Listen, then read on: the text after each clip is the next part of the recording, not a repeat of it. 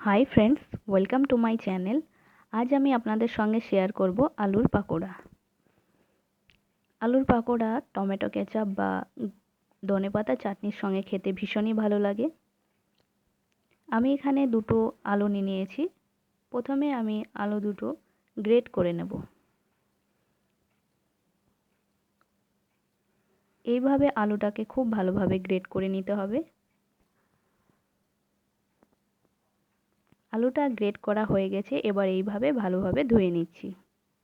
আপনারা চাইলে কোনো স্ট্রেনারের সাহায্যেও ধুয়ে নিতে পারেন।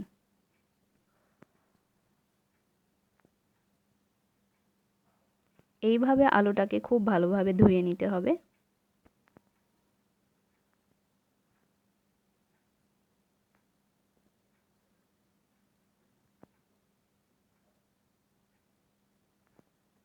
আলুটা খুব ভালোভাবে ধুয়ে নেওয়া হয়ে গেছে। এখানে নিয়েছি আমি একটা ছোট সাইজের পেঁয়াজ কুচি, নিয়েছি লঙ্কা কুচি আর রসুন বাটা।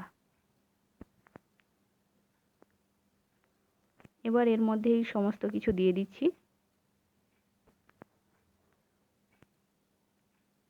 দিয়ে দিলাম হলুদ গুঁড়ো। আপনারা হলুদ গুঁড়ো না চাইলে নাও দিতে পারেন। দিয়ে দিলাম ধনে গুঁড়ো, জিরে গুঁড়ো,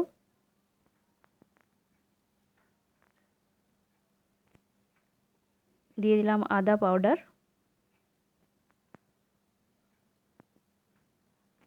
আর স্বাদ মতো লবণ।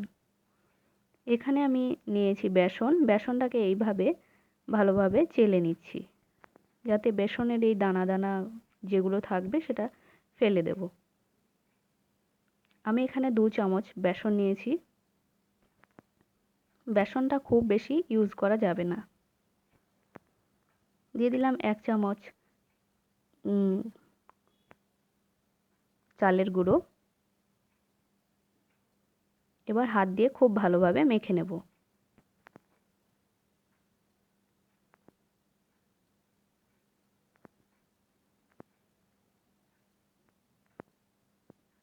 দিয়ে দিলাম খুব সামান্য একটু বেকিং পাউডার। এবার সমস্ত কিছু আবারও ভালোভাবে মেখে নিচ্ছি। এখানে আমি কোনো জল ইউজ করিনি। গ্যাসে একটা কড়াই বসিয়ে দিয়েছি, এর মধ্যে দিয়ে দিলাম সর্ষের তেল। এবার তেলটা একটু গরম হলে এর মধ্যে দিয়ে দিলাম পাকোড়াগুলো।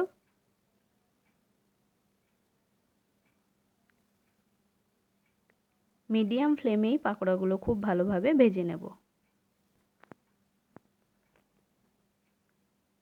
হাই ফ্লেমে একদমই ভাজা যাবে না, তাহলে পরে ভেতরে কাঁচা থেকে যেতে পারে।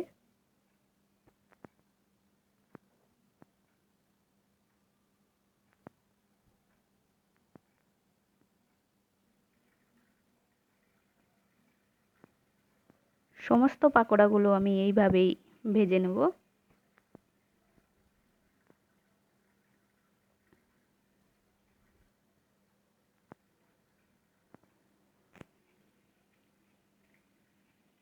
পাকোড়াগুলো খুব ভালোভাবে ভেজে নেওয়া হয়ে গেছে।